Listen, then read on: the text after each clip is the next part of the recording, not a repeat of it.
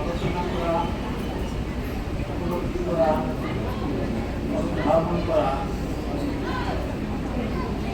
এটাই সম্ভব যদি প্ৰভু ভগবানেৰ আমি মায়ামুক্তজিৰ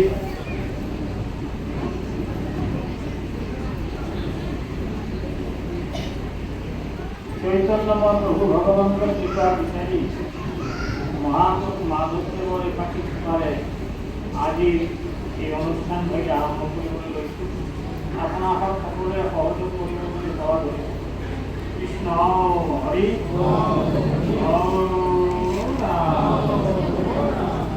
ব্রহ্মায়াদিক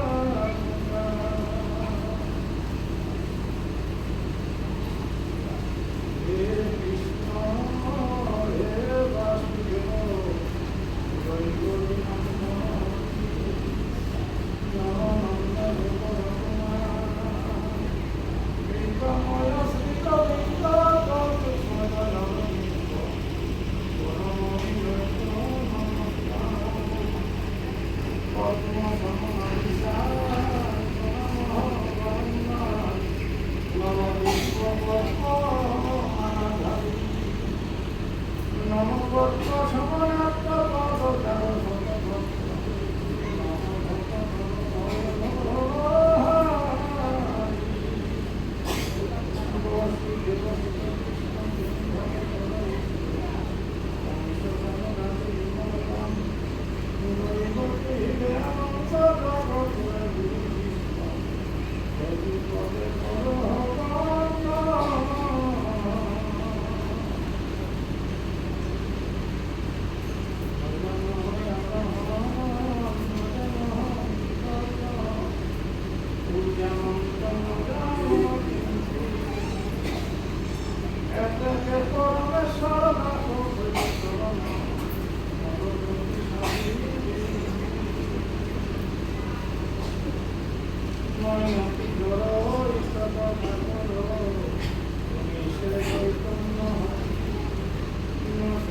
মতে নাচ সেই মতে যদি আইয়াছিলা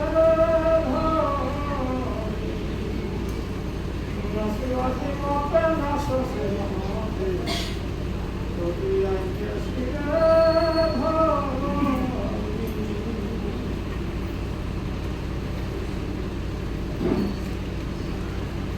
পরম শ্রদ্ধা ভগবান বসতায় ঠাকুর কথা বৈকুণ্ঠ রঘুপতি ভগবান নারায়ণে ব্রহ্মাত্মশী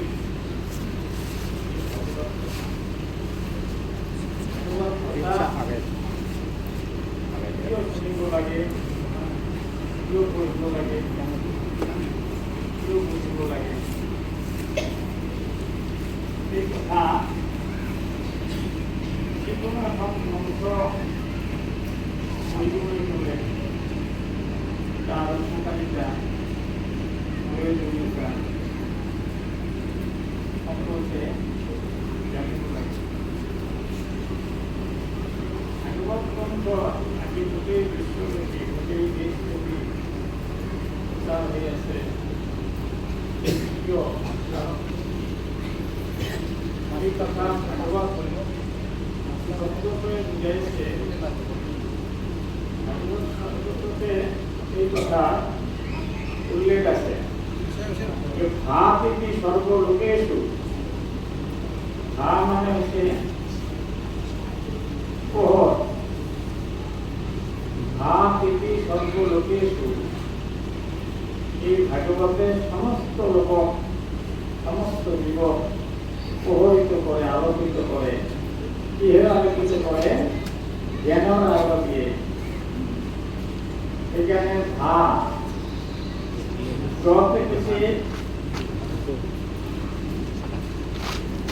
দেয়তে সনকাদিবি ব্রহ্মার মানস পুত্র প্রথমচারী সনক সনন্দ সনক কুমার সনাতন তেওঁলোকেও এই ভাগবত কথা বই করে গাই করে কথা কারণ ইয়ার উপকারিতা আছে কারণে তেওঁলোকে গাই এখানে কিছু গৃহতে সনকাদিবি গতে কিছু বর্ততে ত্রিশু বেদেশু তিনিখন বেদ বেদ যদিও চারিখন অথর্বখন পিছত সৃষ্টি হয়েছে সেইকাৰণে প্রথম অবস্থাত ঋগ যজু সাম এই তিনিখন বেদে আছে এই তিনি বেদৰ যি মূল তত্ত্ব সেই তিনিখন বেদৰ মূল তত্ত্ব কথা এই ভাগৱততে আছে সেইকাৰণে কোৱা হৈছে বৰ্ততে ত্ৰিশু বেদেশু আৰু ততে কৈছে ত্ৰায়তে সকলং জগৎ সমস্ত জগতৰ সমস্ত প্রাণীর প্রাণকর্তা এই ভাগবত এখানে এই ভাগবত শব্দটার মাঝে এর উপকারিতা সম্পর্কে সংক্ষিপ্তভাবে লিখিত এটি এই ভাগবত শ্রবণ কৰিবলৈ হলে আমি কেনেকৈ কৰিব লাগিব সেই সম্পর্কেও এই ভাগবত শব্দটাতে উল্লেখ করে দিয়েছে কিছু ভাবুকম কারণ ভাবুক নিয়ম কারণ ভাবুক নিয়ম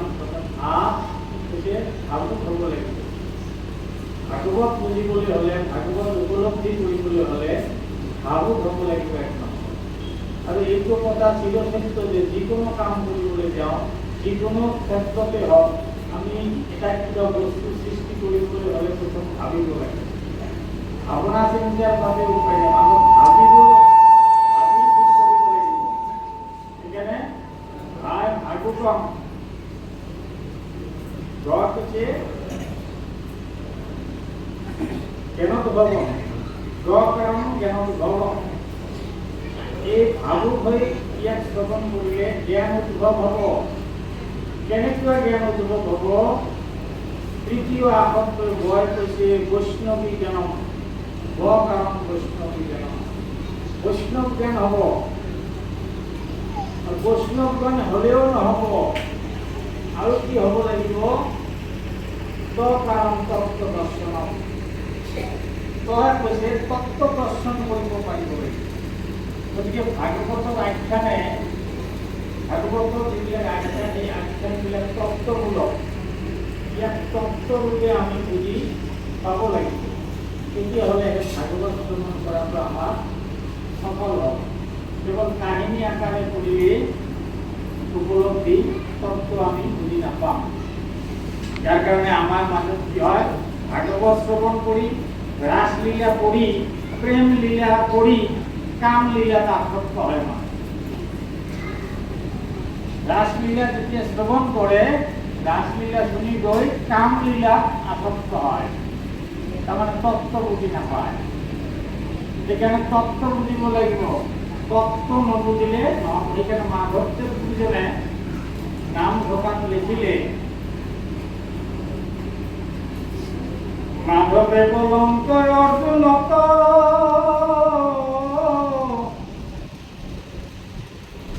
মাধৱে অৰ্জুনক, মাধৱ মানে কৃষ্ণ।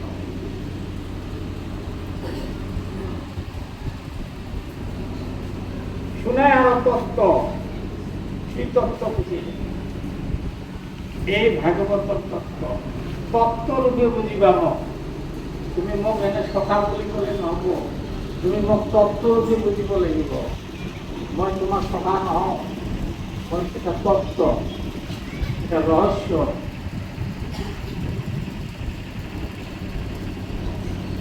সেইকাৰণে তত্ত্ব, এই তত্ত্ব বুলি ক'লে আজি আমি জানো কি আপোনাৰ হবে শ্ৰীকৃষ্ণৰ জন্ম উৎসৱ উদযাপন কৰিছে। শ্ৰীকৃষ্ণৰ জন্মাষ্টমী আৰু শ্ৰীকৃষ্ণৰ জন্ম, ভগৱন্তৰ জন্ম। ভগৱন্তৰ জন্ম নাই, মৃত্যু নাই, তথাপিতো ভগৱন্তেৰ জন্ম ধৰে। কিয় ধৰে এই কথা ভাগৱতত উল্লেখ কৰিছে। ভাগৱতত এই ভাগৱতখন প্ৰথমে পৰীক্ষিতৰ আগত সুকুমুনিয়ে কৈছিল,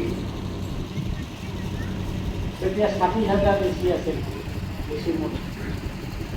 তাৰপিছত ইয়াৰ পিছত দ্বিতীয়তে নৈমিষাৰণ্যত ২৮,০০০ ঋষিৰ আগত সুতে ক'লে এই ভাগৱত। সুতৰ আগত সুতে যেতিয়া ভাগৱত ক'লে, তেতিয়া তাত ৬টা প্ৰশ্ন কৰিছিল।